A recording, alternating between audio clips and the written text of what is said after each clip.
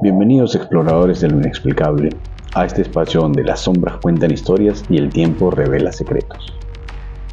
Esto es Las Sombras del Tiempo, el programa que abre las puertas a los enigmas del universo, desentrañando lo desconocido, lo oculto y lo inexplicable.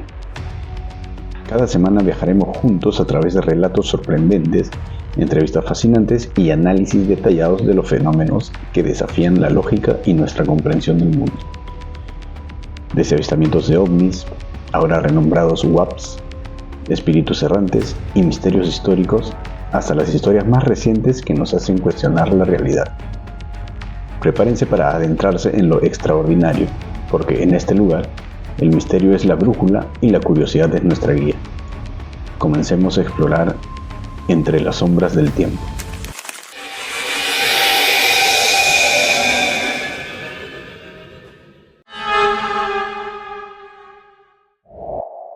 En el vasto océano de la historia y la fe, hay textos que han permanecido en la penumbra, alejados de los relatos más conocidos. Documentos antiguos que susurran historias olvidadas, versiones alternativas de los episodios más sagrados.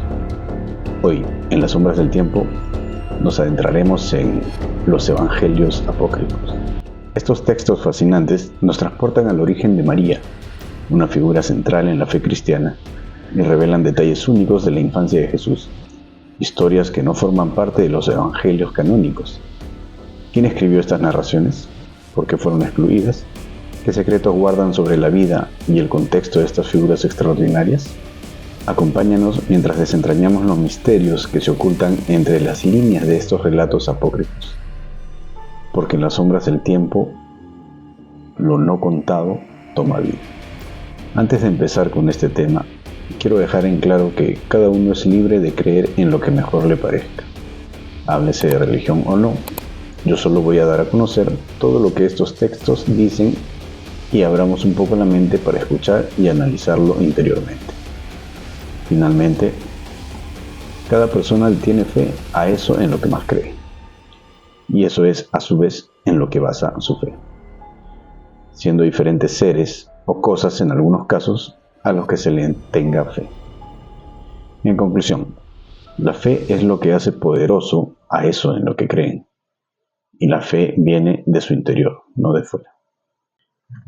Ahora sí. Primero quiero leer un resumen de un contacto extrasensorial con un ser de otro planeta llamado Genón. Esto lo encontré en una investigación cuando tenía 13 años, aproximadamente. Y desde ahí me empezó a gustar todo sobre estos temas.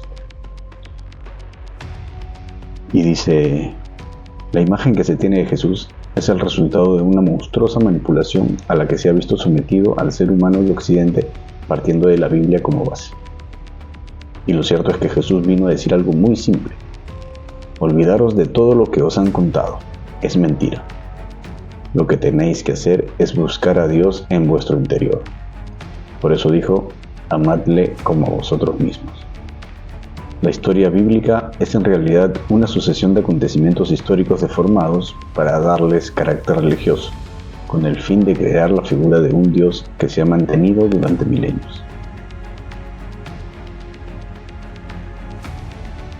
Si se lee la Biblia como un relato histórico, quitando la figura de Dios y poniendo en su lugar la de hombres venidos de otros planetas, se puede dar explicaciones racionales, o al menos coherentes, a lo que se interpretó como milagros.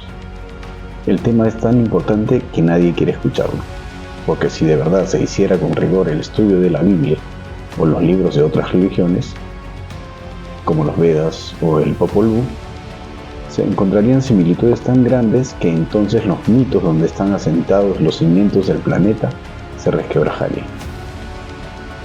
Jesús no resucitó físicamente, sino que su energía al aparecerse tras su muerte era tan potente que prácticamente era visible como cuerpo físico.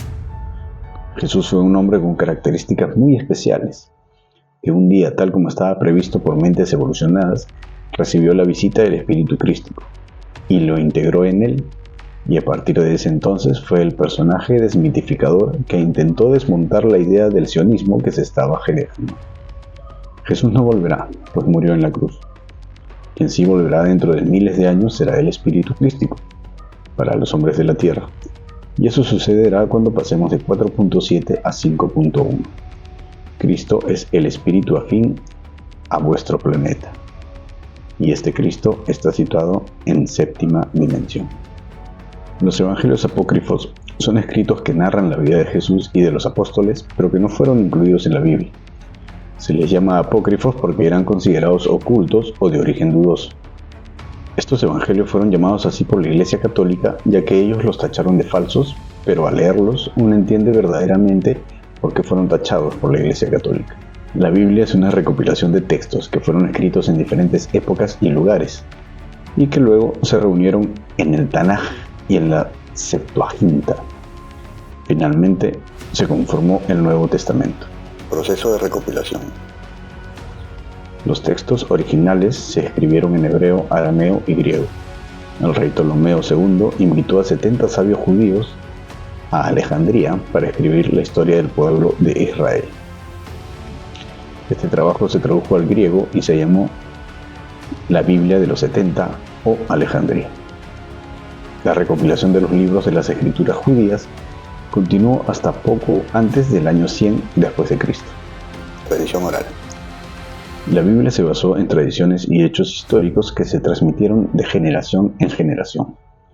Los escritores fueron inspirados por Dios, pero eran hijos de su tiempo, y sus escritos fueron determinados por los contextos culturales.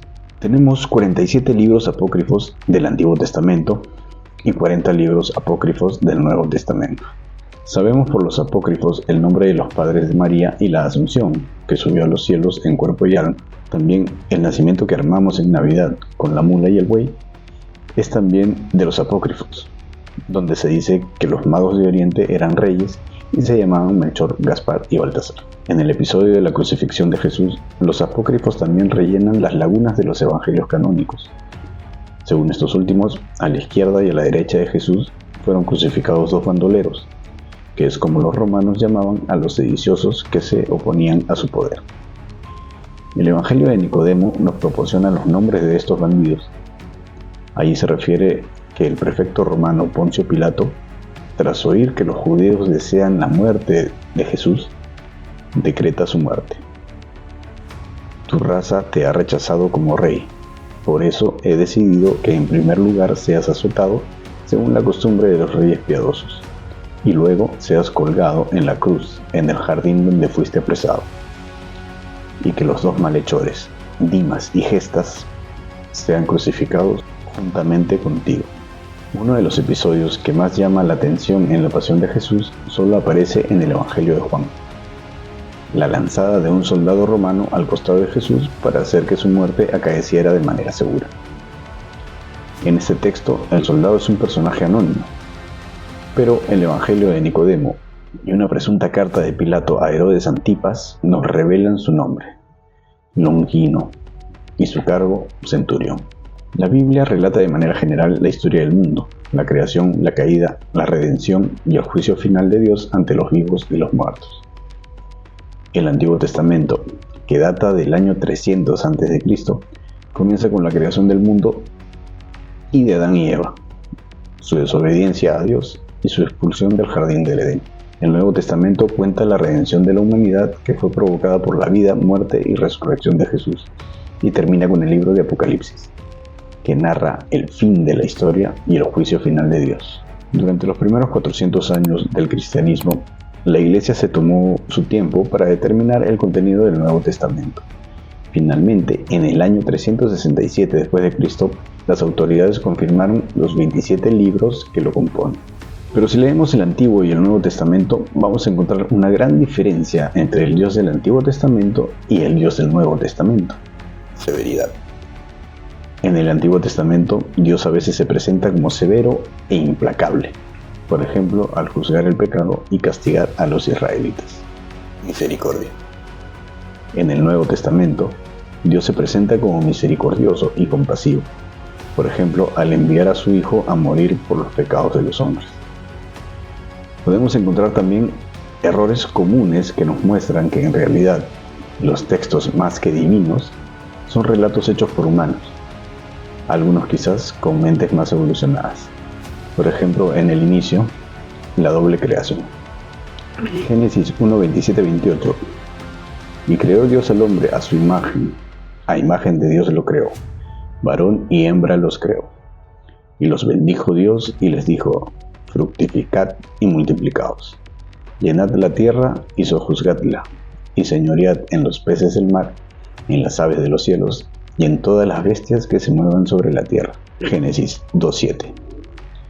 Entonces Jehová Dios formó al hombre del polvo de la tierra, y sopló en su nariz aliento de vida, y fue el hombre un ser viviente. Y acto seguido, veamos nuevamente la doble obra divina. Génesis 2:3. Y bendijo Dios al día séptimo, y lo santificó, porque en él reposó de toda la obra que había hecho en la creación.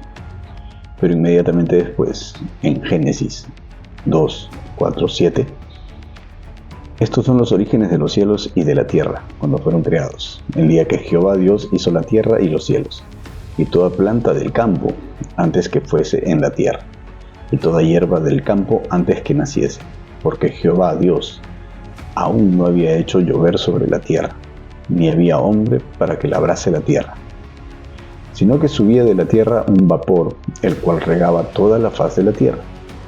Entonces Jehová Dios formó al hombre del polvo de la tierra, y sopló en su nariz aliento de vida, y fue el hombre un ser viviente. Mientras en el primer relato Dios crea las plantas, los animales y por último los seres humanos, ya como pareja, en el segundo Dios crea primero al hombre y solo a él. Eva llega algunos versículos después. Hay más. Mientras en el primer relato es Dios quien da nombre a lo creado, día, noche, cielo, mar, tierra, en el segundo es el hombre quien da nombre a los animales. Es más, el propio Dios los lleva al hombre para ver cómo los llamaba. Génesis 2:19. Ni siquiera el Dios creador parece el mismo. En el primer relato es majestuoso, crea con el simple sonido de su voz. Entonces dijo Dios: hagamos al hombre a nuestra imagen, conforme a nuestra semejanza. Génesis 1:26. En el segundo, modela al hombre con polvo del suelo como si fuese una simple vasija. Esto solo como ejemplo, para no ahondar en este tema ahora y poder terminar esta introducción a los para mí mal llamados evangelios o textos apócrifos. Las fechas de creación de los evangelios canónicos sugieren que no fueron escritos por testigos presenciales de la vida de Jesús. Asimismo sucede con los evangelios mal llamados apócrifos, que desde ahora llamaremos evangelios ocultos, en la medida posible, claro, por ser esta la nueva denominación que se busca para ellos. El evangelio más antiguo, Marcos, 65 a 70 después de Cristo, fue escrito unos 30 años después de la muerte de Jesús, 29 al 34 después de Cristo. El último evangelio, Juan, del 90 al 100 después de Cristo, fue escrito entre 60 y 90 años después de la muerte de Jesús. En resumen, hubo muchos autores desconocidos de los evangelios que podemos encontrar en la Biblia que todos conocemos. Curiosamente, otro grupo de textos conocidos como los apócrifos fueron escritos durante el periodo comprendido entre el Antiguo y el Nuevo Testamento, del 400 a.C. al siglo I después de Cristo.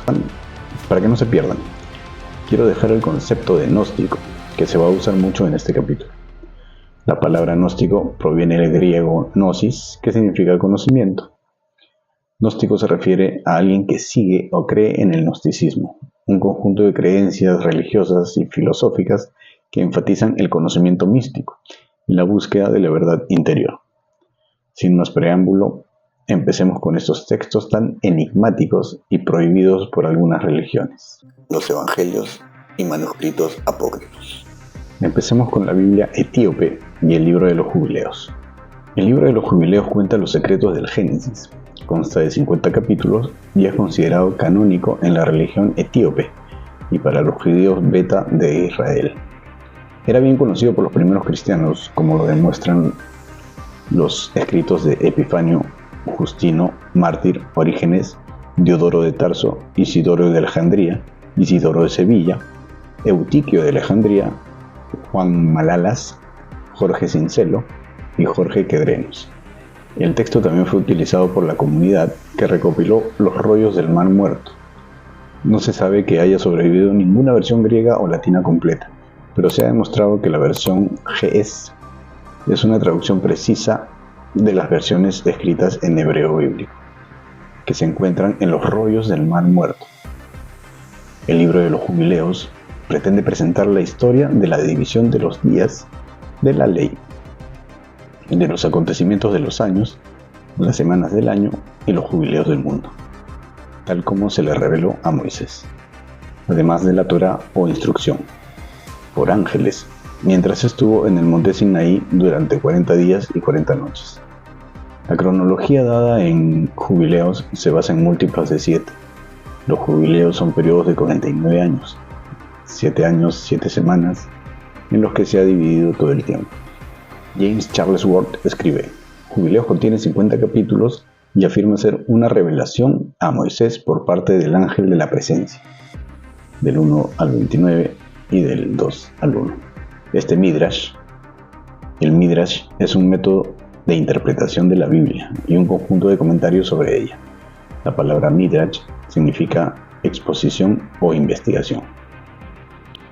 Desde Génesis 1:1 hasta Éxodo 12:50, describe los episodios desde la creación, con la celebración del sábado por los ángeles, hasta el éxodo de Egipto, con la estricta observación del sábado, como está escrito en las tablas celestiales por los hijos de Israel. A medida que se reescribe el relato bíblico, el autor se toma una libertad considerable con el texto. Proporciona nombres de personas y lugares, explica problemas dentro del texto y blanquea algunos actos, a saber, Rebeca está comandada por Abraham, quien vio los hechos de Esaú y supo que Jacob era el verdadero heredero. Amar y apreciar a Jacob más que a Esaú. Los patriarcas son percibidos como los innovadores de la cultura, la escritura, la medicina y el arado. Se originan respectivamente con Enoc, Noé y Abraham. Hay una clara polémica contra el calendario lunar y una posible polémica contra la idea de que un ángel protege a Israel, ya que los ángeles gobiernan otras naciones, pero Dios mismo guía a Israel. El énfasis del escrito está en la exclusividad de los judíos, no matrimonios mixtos, no comer con los gentiles, y un calendario celestial especial, y en el gozo bendito de la ley. Raymond F. Suburb escribe: se supone que los materiales de los jubileos fueron dictados por un ángel de la presencia a Moisés, después de que este último ascendiera al monte Sinaí y le informaran de los destinos que aguardaban a Israel. Jubileos es un libro de ficción religiosa, en el que el autor ha reelaborado el relato de la historia de Israel desde la creación del mundo hasta el momento de la entrega de la ley en el monte Sinaí. En comparación con el Génesis canónico que cubre el mismo territorio, hay que decir que esto complementa las historias bíblicas. Se conjetura que la información adicional se transmitió oralmente de padres a hijos a partir del capítulo 2. Jubileos es paralelo al relato de la Biblia hebrea desde Génesis 1.1 hasta Éxodo 14:31. En síntesis, lo más resaltante de este texto es que se narra el Génesis en periodos de 49 años y esto da fechas exactas a eventos como el pacto entre Dios y Abraham, que se dio en el 20º jubileo, y el Éxodo tuvo lugar durante el 50º, detallando con mucha exactitud otros eventos, como el nacimiento de figuras bíblicas, y todo encaja perfectamente en esta línea de tiempo de 49 años, lo que desafía la línea de tiempo de la historia bíblica tradicional. Para este texto, el tiempo mismo es un ciclo divino, reflejando así una renovación completa en cada uno de esos ciclos. Esto refleja antiguas creencias de que la historia se mueve en patrones repetitivos y se sugiere que estos ciclos están influenciados por las estrellas y los planetas, creando una conexión con la astrología antigua. Este texto, además, destaca el papel fundamental de los patriarcas, Abraham, Isaac y Jacob, en la configuración de la fe judía. Este intrigante texto nos hace sentir como si todo hubiese sido planeado o escrito en estos patrones, cíclicos por alguna fuerza superior o fuerzas superiores que planearon el destino y la historia de este planeta. Por último, al diablo, que tiene muchos nombres en la Biblia, en los jubileos se le conoce como Mastema es el jefe de los Nefilim, los demonios engendrados por ángeles caídos. Su nombre significa odio, lucha, confusión u hostilidad. Mastema es un ángel que persigue el mal y ejecuta los castigos de Dios. Tienta a los seres humanos y pone a prueba su fe. Es el padre de todos los males y un adulador de Dios. Aunque lidera un grupo de demonios, el texto implica que es un ángel que trabaja para Dios. Mastema aparece por primera vez en la literatura del periodo del Segundo Templo de Israel, en los fragmentos sadoquitas y los rollos del Mar Muerto. Él es el ángel de la catástrofe. Las ágrafas. Existen también las ágrafas de Jesús. Estas ágrafas son frases de Jesús que no se encuentran en la Biblia. Se encuentran muchas de ellas en el Corán. Estas son enseñanzas gnósticas de Jesús que se salen de las creencias de la religión que se hizo en su nombre. Dichoso el que deje un deseo presente por un poder que todavía no ha visto. Los gnósticos, las verdaderas enseñanzas de Jesús. Si lo analizamos y estudiamos bien, estas fueron fundadas, por así decirlo, por María Magdalena y Juan el Bautista. Para las creencias gnósticas, la realidad es un engaño de los arcontes, para impedir que alcancemos el verdadero conocimiento que es espiritual y no visible. Por esto se iban al desierto, alejándose del mundo, porque esta realidad no nos deja llegar al verdadero conocimiento. Muy parecido a las nuevas corrientes, basadas muchas de ellas en los estudios de Jacobo Grinberg. Según estos textos gnósticos, después de la resurrección, Jesús dio una enseñanza privada para determinados iniciados que estaban más avanzados que el resto de la gente. Y estuvo haciéndolo muchos años antes de subir al cielo, para evangelizar a determinados apóstoles, entre ellos María Magdalena y Juan el Bautista, entre otros apóstoles, culminando las enseñanzas que ya habían recibido de su parte. Estos textos fueron perseguidos por la Iglesia de Pedro, por considerarlos una amenaza a la Iglesia ortodoxa cristiana. Durante la Inquisición, la Iglesia persiguió activamente las organizaciones consideradas heréticas, incluyendo grupos gnósticos. No se tenían textos gnósticos por dicha persecución hasta 1945. En Nag Hammadi se encontró una jarra de barro que se decidió romper por creer que podría albergar un jinn, un equivalente a un duende de nuestra cultura, y se encontró unos volúmenes de textos encuadernados en piel. Estos eran la biblioteca gnóstica de los primeros años del cristianismo. Manuscritos de Nag Hammadi. Son una colección de textos, en su mayor parte adscritos al cristianismo gnóstico primitivo, doctrina filosófica y religiosa de los primeros siglos de la Iglesia, mezcla de cristiana con creencias judaicas y orientales, que se dividió en varias sectas y propugnaba tener un conocimiento intuitivo y misterioso de las cosas divinas. Descubierto cerca de la localidad de Nag Hammadi, a unos 100 kilómetros de Luxor, en el Alto Egipto, en diciembre de 1945. Se trata de 12 códices de papiro encuadernados en piel y los restos de un 13º, cuidadosamente guardados en una jarra de cerámica sellada, escondida en una gruta próxima en el macizo montañoso de Jabal al-Tarif, encontrados casualmente por un campesino llamado Muhammad Ali al-Zaman. Entre los textos encontrados en el Nag Hammadi están los evangelios gnósticos, como los de Tomás, Felipe y Valentín, dichos secretos de Jesús, obras herméticas egipcias, tratados teológicos, historias mitológicas, poemas y mitos evangélicos. En el Evangelio de Tomás podremos encontrar frases dichas por Jesús, y este texto destaca por sus enseñanzas sobre la luz divina y la humanidad. Este texto no apunta directamente a la divinidad de Jesús, tampoco la contradice directamente. Nos hace ver a un Jesús desde su lado humano y no desde su lado divino. Este evangelio es más antiguo que los canónicos de la Iglesia, 20 años antes que los 4 evangelios canónicos, aproximadamente, por lo que se le conoce como el quinto evangelio. Jesús dice: Si quienes los guían les dicen: miren, el reino está en el cielo, entonces las aves del cielo los precederán. Más bien, el reino está dentro de ustedes y está fuera de ustedes. El reino es todo según sus propias palabras y somos parte de él sin necesidad de intermediarios. Mucho se manipuló la religión y sus enseñanzas, formando iglesias en cantidades inimaginables y compitiendo como productos comerciales unas entre otras, diciendo que lo que llevamos dentro nuestro está con ellos y que llegarás a él haciendo lo que ellos te dicen y siendo parte de ellos, su rebaño. Quizás es la mentira más grande de la humanidad. Esta es una opinión personal.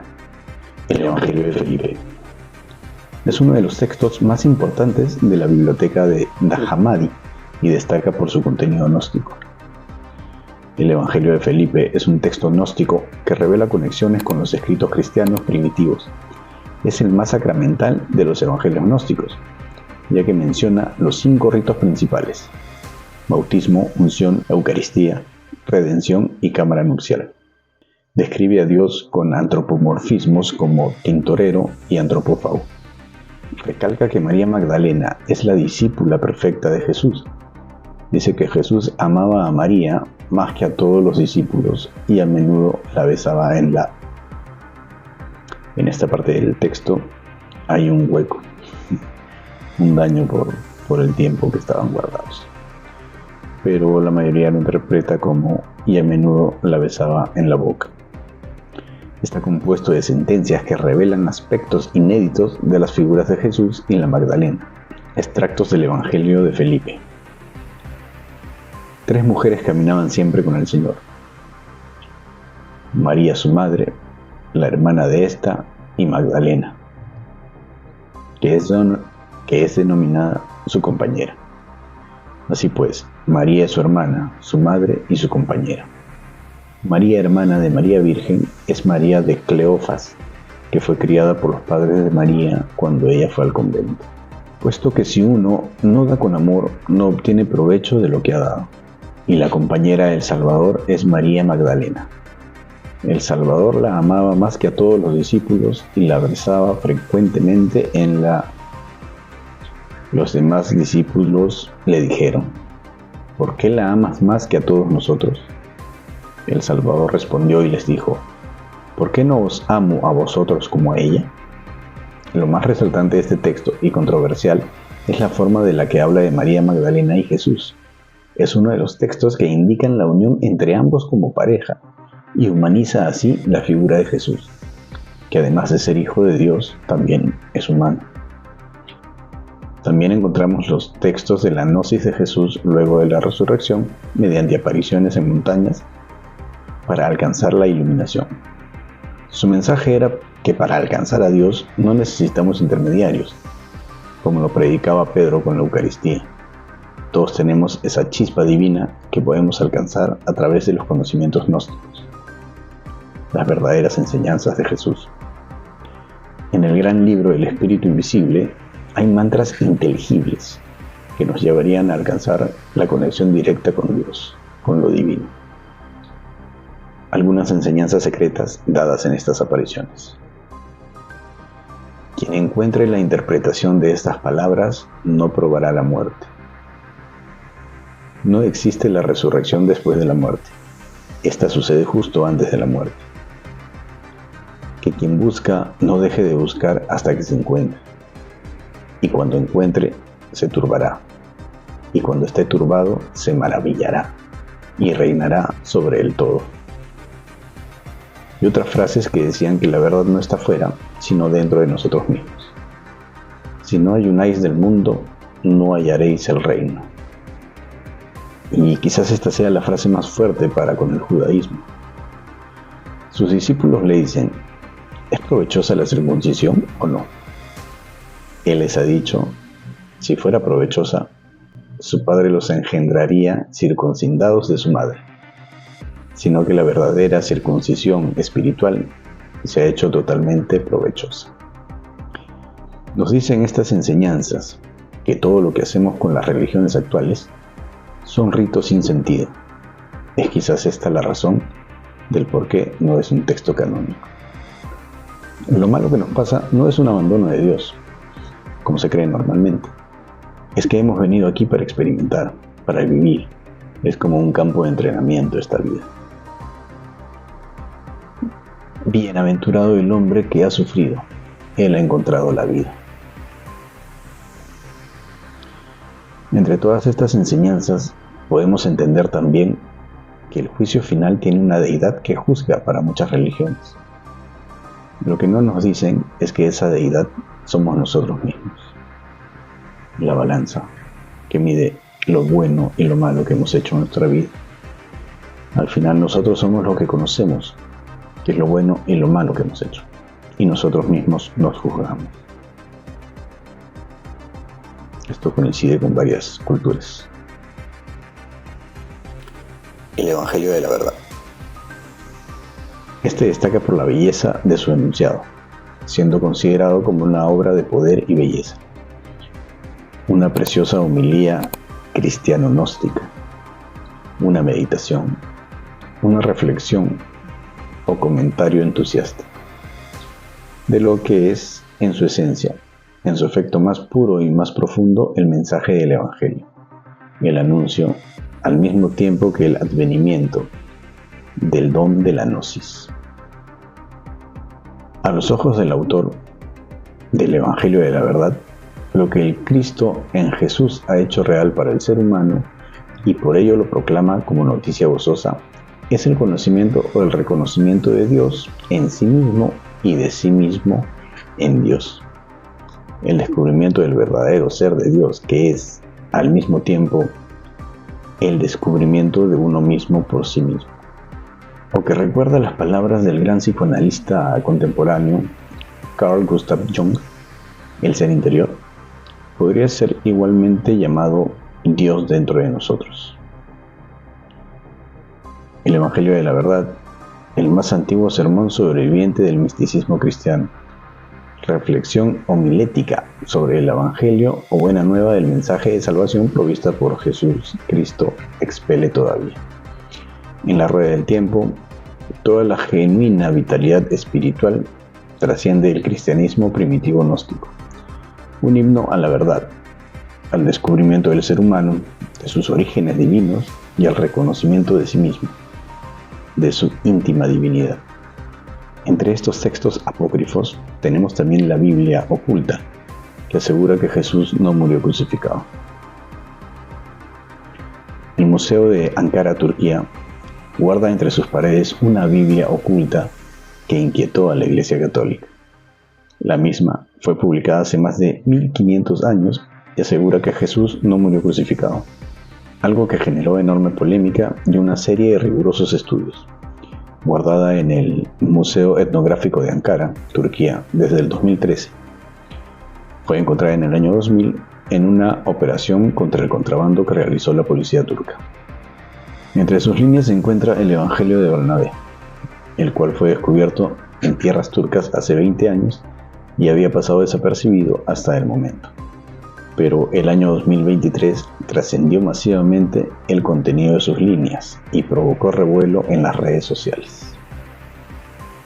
También llamada Biblia turca, el libro está escrito en arameo, con tinta de oro sobre un cuero tratado oscuro. Las autoridades turcas creen que es una versión auténtica del Evangelio de Bernabé, un discípulo de Jesús que era conocido por sus viajes con el apóstol Pablo, que describe en el libro de los Hechos. Las autoridades religiosas de Teherán insisten en que el texto demuestra que Jesús no fue crucificado, no era el Hijo de Dios, sino un profeta, y llamó a Pablo el impostor. El libro también dice que Jesús ascendió al cielo vivo, sin haber sido crucificado, y Judas Iscariote habría sido crucificado en su lugar. Habla sobre el anuncio de Jesús de la venida del profeta Muhammad, que en el Islam se encuentra 700 años después de Cristo. El texto prevé la llegada del último Mesías islámico que no ha sucedido todavía. La traducción de la descripción que sigue, que es la más visible, dice: en el nombre de nuestro Señor, este libro está escrito en las manos de los monjes del monasterio enclavado en Nínive, en el año del Señor de 1500. El capítulo 41 del Evangelio dice: Dios se disfrazó y envió al arcángel Miguel, Adán y Eva, aunque el cielo, y cuando Adán se volvió, se dio cuenta de que la parte superior de la puerta de entrada de los cielos fue escrito La Ela She Allah, Alá Mohammed Rasul, que significa Alá es el único Dios y Mahoma es su profeta. El Evangelio de Bernabé indica que Jesús no fue crucificado y quien sí se sometió a la crucifixión fue Judas Iscariote, y por ende quedaría desmentida la resurrección. El texto, que fue estudiado por varios expertos en la materia, también afirma que Jesús anunció la llegada de Mahoma, el profeta que dio origen al Islam 700 años después. Para la Iglesia Católica, este evangelio no tiene ningún apoyo apostólico e indican que además marca errores históricos y doctrinales en varias partes del texto, en el que también se afirma que Jesús negó ser hijo de Dios y que era solo un profeta más. En la versión islámica de Jesús tampoco fue crucificado, sino que se trató de una ilusión. Según el Islam, Jesús fue un profeta elegido por Dios para extender su palabra. El Corán establece que Jesús fue un mortal y que nunca reclamó ser la encarnación de Dios o el Hijo de Dios. El Corán dice que Jesús negará haber defendido una naturaleza divina en el juicio final y que Dios lo absolverá. La tradición musulmana dice que Jesús ascendió a los cielos de manera corpórea estando vivo. El Evangelio de María Magdalena.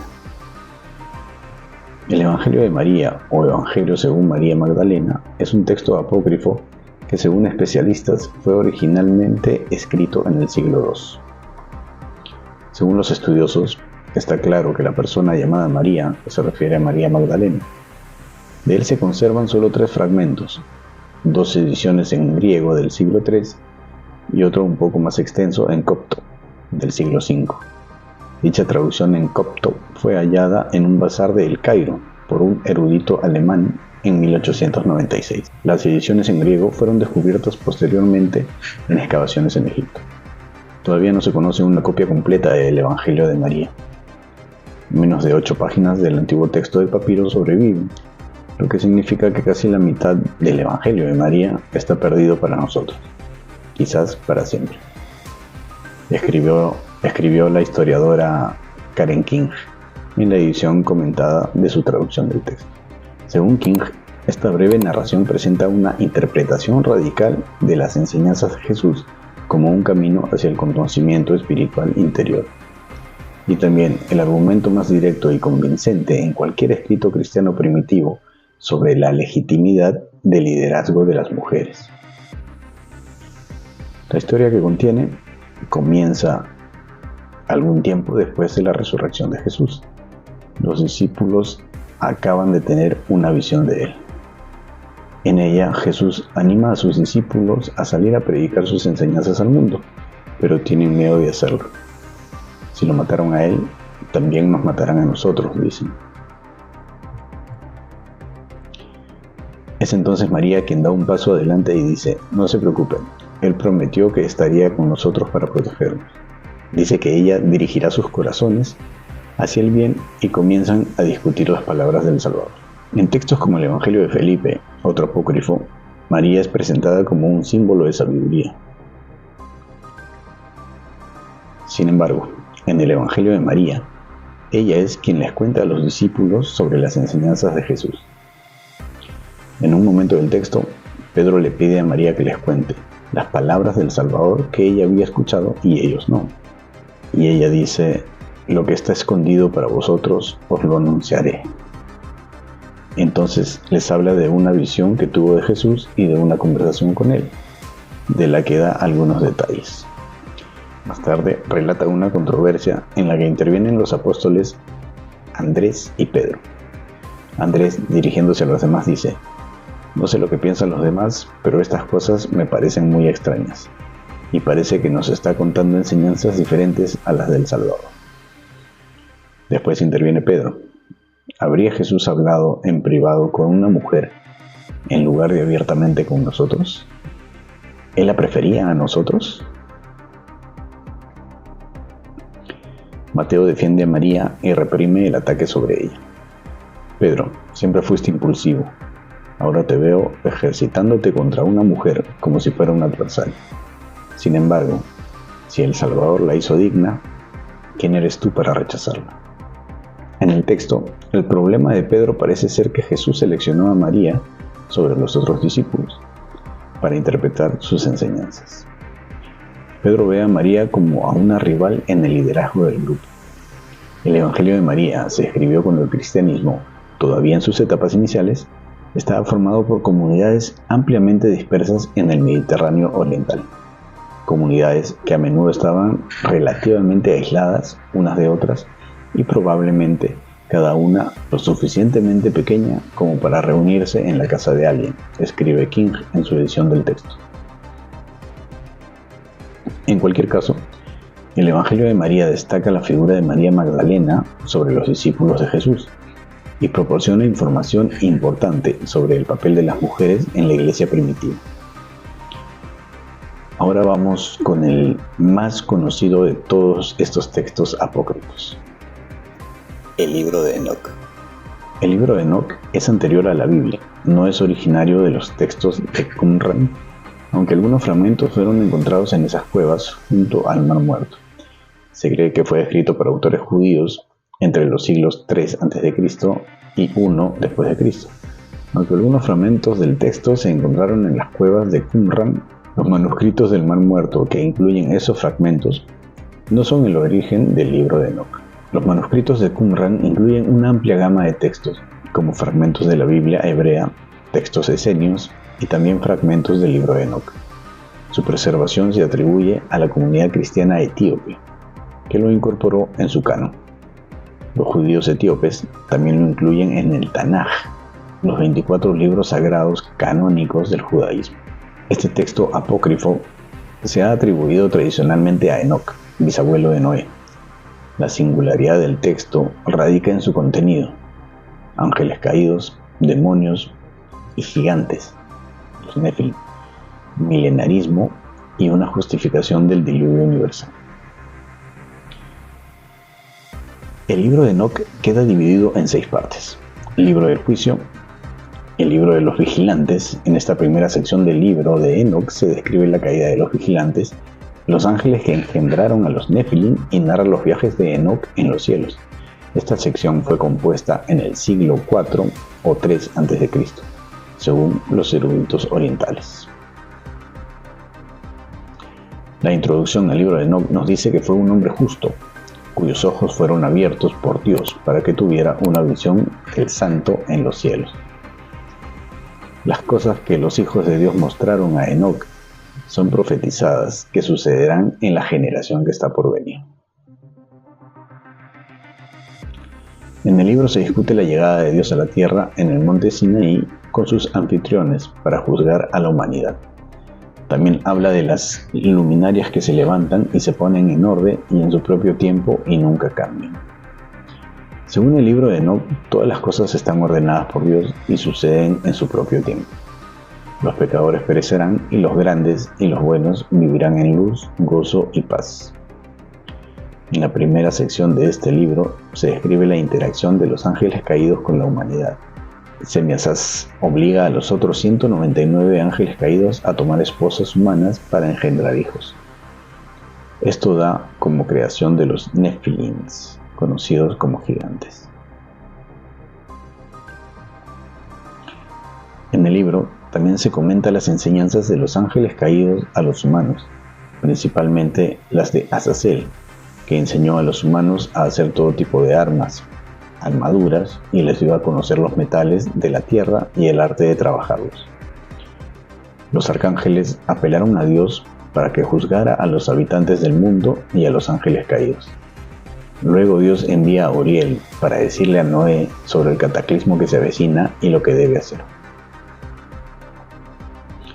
Después Dios ordena al arcángel Rafael que encarcelará a Azazel y lo arroja a una abertura en el desierto, y colocará sobre él rocas ásperas y dentadas, para que permaneciera allí hasta el día del juicio final, en que Azazel será arrojado al fuego. También dio instrucciones para encarcelar al resto de los ángeles caídos y destruir a los Nefilim. Capítulo 6. Y sucedió que cuando los hijos de los hombres se multiplicaron, en aquellos días les nacieron hijas hermosas y hermosas. Y los ángeles, los hijos del cielo, las vieron y las desearon, y se dijeron unos a otros: venid, escojámonos esposas de entre los hijos de los hombres y engendremos hijos.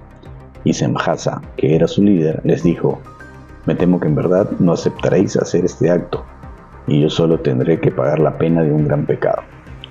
Y todos le respondieron y dijeron: hagamos todos un juramento y comprometámonos todos por imprecaciones mutuas a no abandonar este plan, sino a hacer esta cosa. Entonces juraron todos juntos y se obligaron por imprecaciones mutuas sobre ello. Y fueron en total 200 quienes descendieron en los días de Jared en la cumbre del monte Hermón. Y lo llamaron monte Hermón porque había jurado y se comprometieron por imprecaciones mutuas sobre él. Capítulo 7, 1. Y todos los demás, juntamente con ellos, tomaron para sí esposas y cada una escogió para sí una. Comenzaron a entrar con ellas y a contaminarse con ellas, y les enseñaron encantos y encantamientos, y el corte de raíces, y les hizo familiarizarse con las plantas, y quedaron embarazadas y dieron a luz grandes gigantes, cuya altura era de 3000 els, que consumieron todas las adquisiciones de los hombres, y cuando los hombres ya no pudieron sostenerlos, los gigantes se volvieron contra ellos y devoraron a la humanidad. Y comenzaron a pecar contra las aves, las bestias, los reptiles y los peces, y a devorarse la carne unos a otros, y a beber la sangre. Entonces, la tierra puso acusación contra los inicuos. Libro de las parábolas. Los siguientes capítulos del libro de Enoc se conocen como el libro de las parábolas. Estos capítulos se centran en la idea del juicio final y el fin del mundo. En el libro de parábolas se utiliza la expresión hijo del hombre para el protagonista, también llamado justo, elegido y Mesías. En este libro, Enoc fue elevado al cielo por Dios, mientras aún estaba vivo. Pero algunos han sugerido que el texto se refiere a Enoc como muerto de muerte natural y ascendido al cielo. El libro se divide en 3 parábolas. En la primera parábola se habla del juicio de los venideros. En la segunda parábola se trata del tema del Mesías, el juicio de los reyes poderosos, la resurrección de los muertos y la glorificación de los justos. En la tercera parábola se habla de los santos, las criaturas míticas del juicio final, el de los justos y la predicción de Noé del diluvio. Libro astronómico. Este libro contiene descripciones del movimiento de los cuerpos celestes y del firmamento, como un conocimiento revelado a Enoc en sus viajes al cielo guiado por Uriel. También describe el calendario solar, que fue usado por la secta del Mar Muerto. El año estaba compuesto por 364 días, divididos en 4 estaciones iguales de 91 días cada una. Cada estación se componía de 3 meses iguales de 30 días, más un día extra al final del tercer mes. Todo el año estaba compuesto por 52 semanas y todos los días del calendario ocurrían siempre en el mismo día de la semana. Cada año y cada estación comenzaba siempre el miércoles, que era el 4º día de la creación narrada en el Génesis, el día en el que se crearon las luces del cielo, las estaciones, los días y los años. No se sabe cómo hacía coincidir este calendario con el tropical del 365.24 días, y ni siquiera está seguro si sintieron la necesidad de ajustarlo. En el libro se relatan por capítulos el sol, la luna y sus fases, el año lunar, los 12 vientos y sus portales, los 4 del mundo, el sol y la luna, la recapitulación de varias leyes, la perversión de la naturaleza y los cuerpos celestes debido al pecado de los hombres, y las tablas celestiales y la misión de Enoc. El libro de los sueños. Este libro trata de las visiones oníricas que contiene una visión de la historia de Israel hasta lo que se ha interpretado como la revuelta macabea alrededor de 150 a.C. En la primera visión del sueño se habla sobre el diluvio, la caída de los ángeles, el castigo de los arcángeles, la muerte de Noé, el éxodo, la construcción del templo de Salomón, los dos reinos de Israel y Judá, la época de Alejandro Magno y la revolución macabea. En la segunda visión del sueño, los animales se usan para representar a los seres humanos y seres humanos para representar ángeles.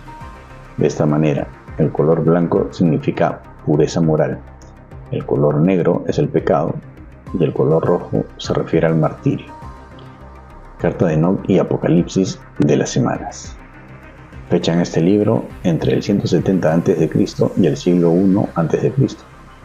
Este libro contiene 5 secciones divididas. El Apocalipsis de las semanas narra la historia del mundo en 10 periodos, 7 del pasado y 3 del futuro. La exhortación es una breve lista de pasos a seguir para la justicia dicha por Enoc a su hijo Matusalén. La epístola está dividida en 2 partes. En la primera describe la sabiduría del Señor, la recompensa final del justo y el castigo del mal y los 2 caminos separados de justicia e injusticia. En la segunda hay 6 predicciones contra los pecadores, el testimonio de toda la creación contra ellos y la seguridad del destino después de la muerte. El nacimiento de Noé, en esta parte, habla del diluvio y de Noé, que nació con la apariencia de un ángel. La conclusión es un apéndice, posiblemente obra del redactor final, donde destaca la generación de luz en oposición a los pecadores destinados a las tinieblas. El libro de Enoc fue apartado del canon en el año 364. Sin embargo, no deja de ser un referente histórico y religioso. El protoevangelio de Santiago. El manuscrito más antiguo del protoevangelio de Santiago es un papiro encontrado en 1958, que se conserva en la biblioteca Bodmeriana de Cologne, en Suiza. Este papiro data de finales del siglo III a comienzos del siglo IV. El protoevangelio de Santiago es un texto apócrifo que narra hechos anteriores al nacimiento de Jesús. El humanista y jesuita francés Guillermo Postel lo tradujo al latín y lo dio a conocer en Occidente. Es un escrito que merece una atención especial por su antigüedad, por la amplia difusión que tuvo en la iglesia primitiva, por la influencia que ha ejercido en la piedad y el arte cristianos, y por su uso en la liturgia. Ha ayudado además al desarrollo de las enseñanzas dogmáticas acerca de la virginidad perpetua de María. El escrito consta de 3 partes. La vida de María hasta el nacimiento de Cristo, capítulo 1 al 16, nacimiento de Jesús y las maravillas que lo acompañan, capítulo 17 al 21, y matanza de los inocentes y martirio de Zacarías, capítulo 22 al 24. Se cierra con un epílogo en el capítulo 25. La primera parte describe el nacimiento milagroso de María, de unos padres estériles, Joaquín y Ana. Ana ora al Señor diciendo: «Oh Dios de nuestros padres, óyeme y bendíceme a mí, de la manera que bendijiste el seno de Sara, dándole como hijo a Isaac». Se le aparece el ángel de Dios y le dice: «Ana, Ana, el Señor ha escuchado tu ruego, concebirás y darás a luz, y de tu prole se hablará en todo el mundo». Ana promete que el fruto de su vientre, sea niño o niña, estará consagrado al Señor. Sara tuvo a Isaac gracias a la promesa de Dios, quien la hizo quedar embarazada a pesar de su edad avanzada. El nacimiento de Isaac ocurrió en el tiempo que Dios había anunciado. Génesis 21.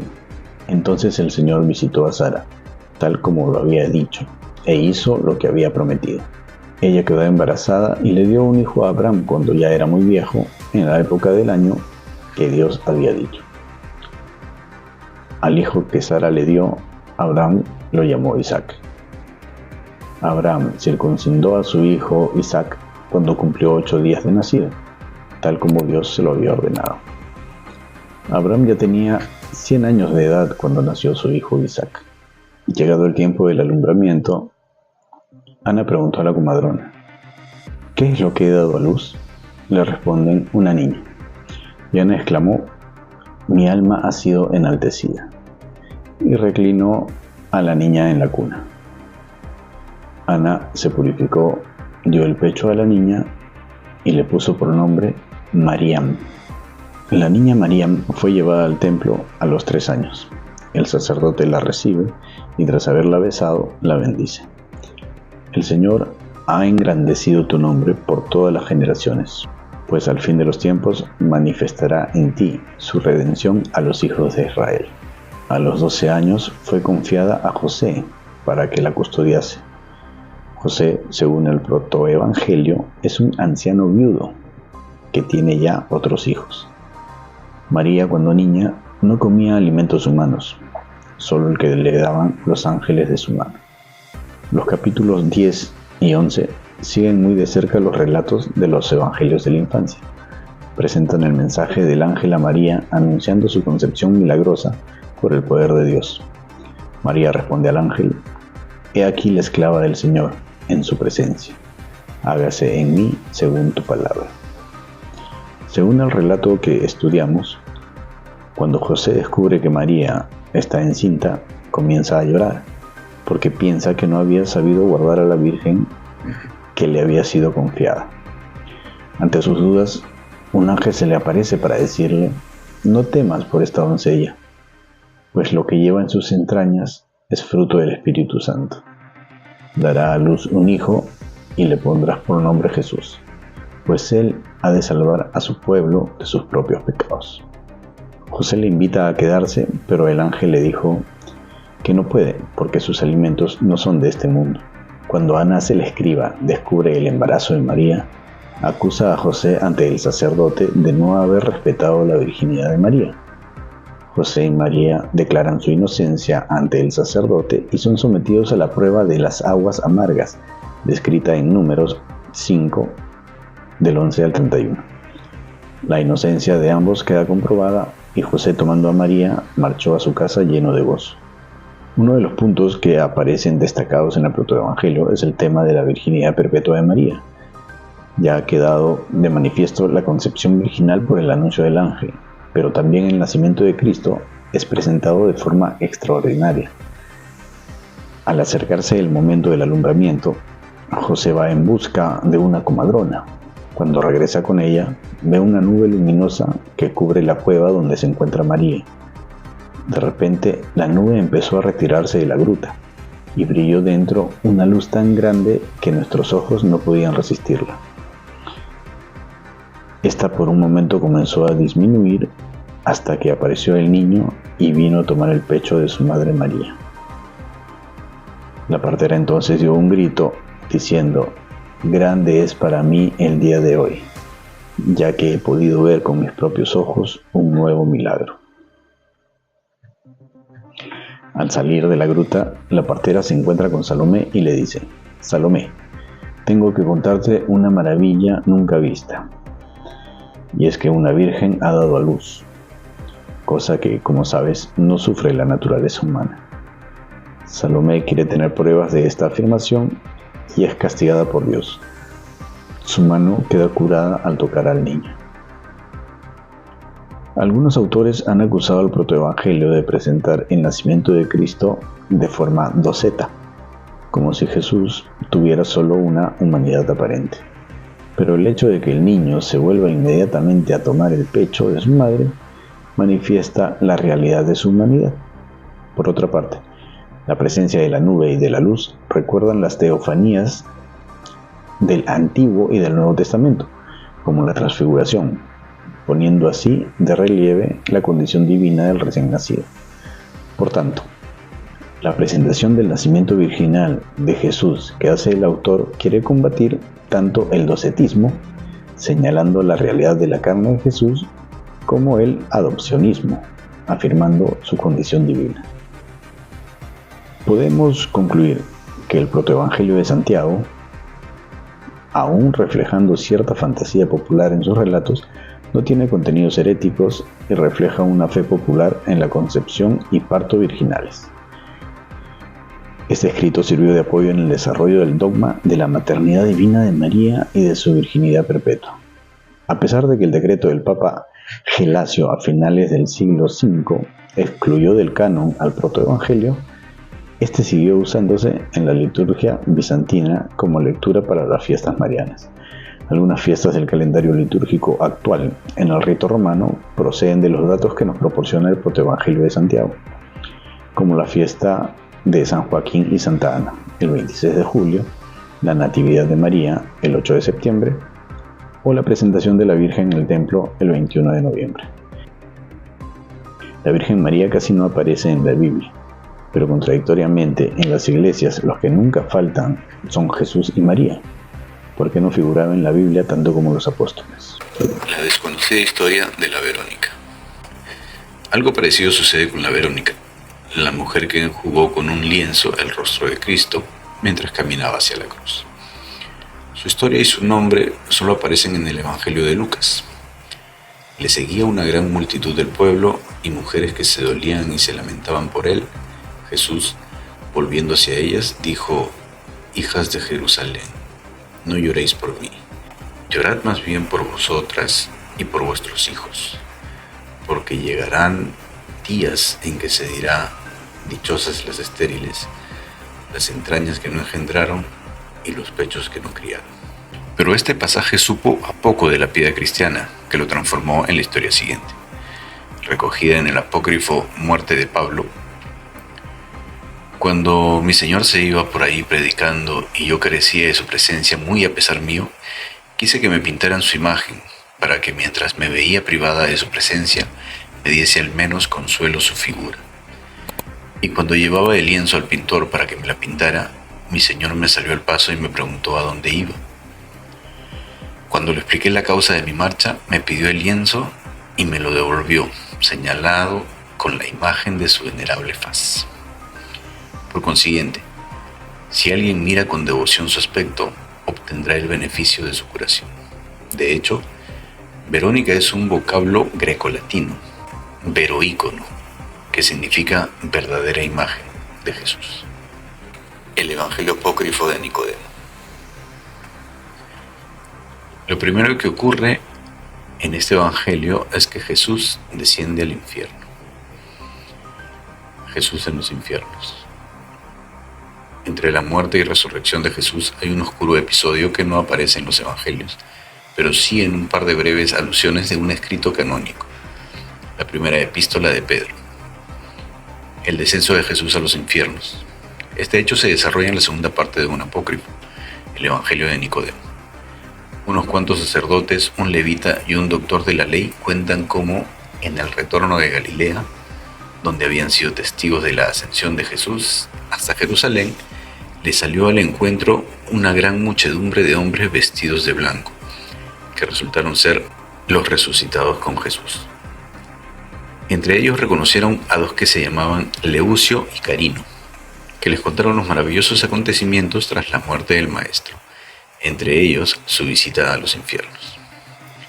El comienzo de la narración suena así: «Estábamos nosotros en el infierno, en compañía de todos los que habían muerto desde el principio, y a la medianoche amaneció en aquellas oscuridades como la luz del sol, y con su brillo fuimos todos iluminados y pudimos vernos unos a otros. Y al punto, nuestro padre Abraham, los patriarcas y los profetas, y todos a una se llenaron de regocijo y dijeron entre sí: esta luz proviene de un gran resplandor. Entonces el profeta Isaías dijo: esta luz procede del Padre, el Hijo y del Espíritu Santo. Los antiguos patriarcas comenzaron a regocijarse de inmediato con la liberación que se les avecinaba, mientras que Satán prevenía a sus huestes a fin de que se prepararan para recibir a Jesús. Satán mandó reforzar las puertas del infierno, pero al conjunto de una voz celestial se hicieron añicos las puertas de bronce, los cerrojos de hierro quedaron reducidos a pedazos y todos los difuntos encadenados se vieron libres de sus ligaduras, nosotros entre ellos.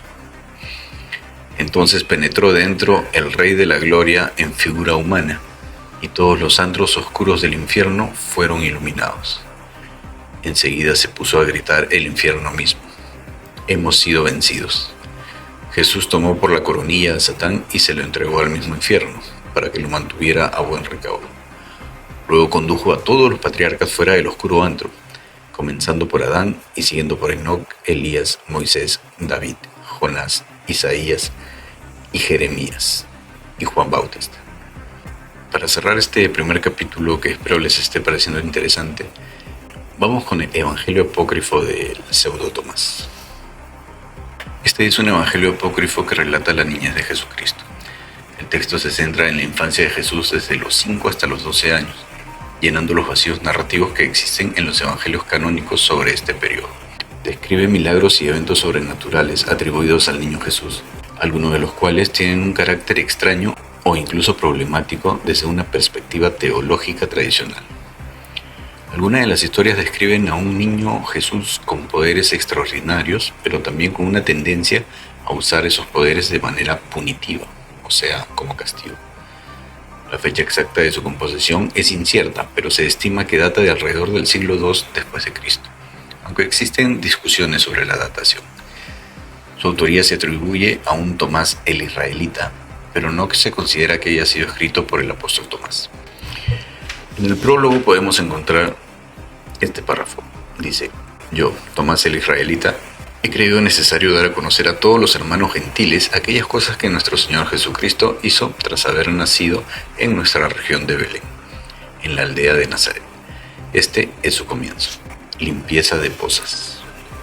El niño Jesús tenía 5 años y después de un chaparrón estaba jugando en el vado de un riachuelo. Recogía el agua rebosante que estaba sucia en pozas y la limpió y purificó. Lo ordenó mediante la sola palabra y sin acción alguna. Vivificación de los gorriones. Luego tomó arcilla del barro y modeló con ella 12 gorriones. Era sábado cuando lo hizo y muchos niños estaban con él. Pero un judío, viendo al niño Jesús hacer eso con los otros niños, fue donde su padre José y acusó al niño Jesús, diciendo: ha hecho arcilla el sábado, lo cual no es lícito, y ha modelado 12 gorriones. Entonces fue José y le reprendió diciendo: ¿por qué haces esto el sábado? Pero Jesús dio una palmada y con un grito dio una orden a los pájaros en presencia de todos, y dijo: id, volad como seres vivos. Y los gorriones echaron a volar y se marcharon gorjeando. Cuando el fariseo lo vio, se maravilló y se lo contó a todos sus amigos. Maldición sobre el hijo de Anás. El hijo del sumo sacerdote Anás le dijo: ¿por qué haces tal cosa el sábado? Y tomando una rama de sauce, destruyó las pozas y dejó que se perdiera el agua que Jesús había recogido. Y secó las pozas que había recogido. Jesús, al ver lo ocurrido, le dijo: tu fruto carecerá de raíz, y tus brotes se marchitarán como una rama arrancada por un vendaval. E inmediatamente el muchacho se marchitó. Otra vez Jesús atravesaba la aldea y un niño que corría chocó con su espalda. Y Jesús, irritado, exclamó: no continuarás tu camino. Y acto seguido el niño cayó. Y algunas personas que habían visto lo ocurrido se preguntaron: ¿de dónde procede este niño? Que cada una de sus palabras se realiza tan pronto. Y los padres del niño fueron a encontrar a José y se le quejaron diciendo: con semejante hijo no puedes habitar con nosotros en la aldea, donde debes enseñarle a bendecir y no a maldecir, porque a nuestros hijos. Niño caído de una terraza. Algunos días después, Jesús jugaba en una terraza sobre lo alto de una casa, y uno de los niños que jugaba con él cayó de la terraza y murió. Y viendo esto, los demás niños huyeron y Jesús quedó solo. Y habiendo llegado los padres del niño fallecido, acusaron a Jesús de haberlo hecho caer. Jesús les dijo: yo no hice tal, y lanzaron invectivas contra él. Mas Jesús se tiró de la terraza abajo, se detuvo cerca del cuerpo del niño caído y gritó a gran voz diciendo: Zenón, porque ese era su nombre, levántate y dime, ¿soy yo quien te hizo caer? Y habiéndose levantado inmediatamente, el niño repuso: No, Señor, tú no me has hecho caer, sino que me has resucitado. Y los espectadores del lance quedaron conmovidos de asombro. Y los padres del niño glorificaron a Dios por el milagro cumplido y adoraron a Jesús. Resurrección de un joven. Pasados otros cuantos días, un joven cortaba leña en las proximidades del pueblo, y he aquí que su hacha le hendió la planta del pie, y falleció por haber perdido toda su sangre. Y como ello produjera una aglomeración y un tumulto de gentes, el niño Jesús corrió también allí, y haciéndose sitio atravesó la multitud y tomó el pie herido del joven, que enseguida quedó curado. Y dijo al joven: Levántate, sigue cortando leña y acuérdate de mí. Y la multitud, al ver lo que había pasado, adoró al niño diciendo: Verdaderamente el Espíritu de Dios reside en ti. Viendo jugar a los niños, comenzó a tomar parte en sus diversiones, y encontrando un pez seco, lo puso en un plato y le ordenó que palpitase, y el pez comenzó a palpitar. En resumen, el Evangelio del Pseudo Tomás es un texto apócrifo fascinante que ofrece una visión alternativa de la infancia de Jesús. Aunque no es reconocido como escritura sagrada por las principales iglesias cristianas, sigue siendo un documento histórico importante para el estudio del cristianismo primitivo. En mi opinión, todo fue escrito por creyentes iluminados, contemporáneos o no contemporáneos a Jesús. Todos los libros canónicos y no canónicos son tan creíbles como no creíbles. No tenemos a ciencia cierta la prueba de autoría divina.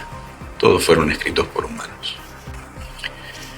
Otras notas que nos dejan los textos ocultos son que Jesús usaba técnicas de sanación egipcias, como la de palicar saliva en los ojos para curar. Así curaba a los ciegos, ¿no? Y estas técnicas aparecen en jeroglíficos egipcios. Hay textos canalizados por personas de diferentes doctrinas teosóficas, contactos con seres de otros planos, de donde salen libros como el libro de Urantia, que también nos habla de Jesús. Se dice que en América pueden estar las tribus perdidas de Israel, por lo dicho por el ángel Moroni a Joseph Smith, de los mormones. Viracocha y Quetzalcóatl tenían la misma doctrina de enseñanza que Jesús. Jesús cita a los arcontes a un hermano suyo en el Evangelio de Felipe. No se refiere al apóstol, sino a un cercano de Jesús llamado Felipe. Santiago dijo: me besó en la boca y me abrazó diciendo: amado mío, he aquí que voy a revelarte aquellas cosas que los cielos no han conocido ni tampoco los arcontes. Los arcontes quisieron engañar al hombre viendo que éste tenía parentesco con los verdaderamente buenos. Quitaron el nombre a los que son buenos y se lo dieron a los que no son buenos, con el fin de engañarle a través de los nombres y vincularle a los que no son buenos. Luego, en el caso de que quieran hacerles un favor, harán que se separen de los que no son buenos y los integran entre los que son buenos, que ellos ya conocían, pues ellos pretendían raptar al que es libre y hacerlo su esclavo para siempre. En algunas corrientes del gnosticismo, especialmente en el gnosticismo cristiano, Yahvé es identificado como el demiurgo o un arconte, una deidad inferior que creó el mundo material y es considerada responsable de la existencia del sufrimiento y la maldad en el mundo. Este demiurgo arconte, a menudo identificado con el Yahvé del Antiguo Testamento, es visto como un ser imperfecto e incluso malvado, que se encuentra separado de la verdadera deidad trascendental. Este ser pedía pactos de sangre, pedía sacrificios, y su actuar era muy diferente al Dios del Nuevo Testamento. El gnosticismo y la dualidad divina. El gnosticismo en general se caracteriza por la idea de una dualidad cósmica. Existe una deidad superior trascendente e incomprensible, que es la fuente del bien y el origen de la creación, y una deidad inferior, el demiurgo, que es quien crea el mundo material y es responsable de la existencia del sufrimiento y la maldad en el mundo. En el gnosticismo cristiano, el Yahvé del Antiguo Testamento es a menudo identificado con este demiurgo arconte. Esto se debe a que Yahvé es visto como el creador del mundo material y los gnósticos los consideran responsable de la existencia de la materia, la corrupción y el sufrimiento que experimentan los humanos en este mundo. Adoraba los sacrificios, el olor a la sangre y a lo quemado. Tenemos también, y lo dejaremos para el próximo capítulo, la vida secreta de Jesús y la tumba de Cristo en Cachemira, India, y la tumba de Cristo en Shingo, Japón. Y a pesar que siempre se nos enseñó que no hay textos escritos por Jesús, también les hablaré del texto escrito por sus propias manos y la bella historia alrededor de ella.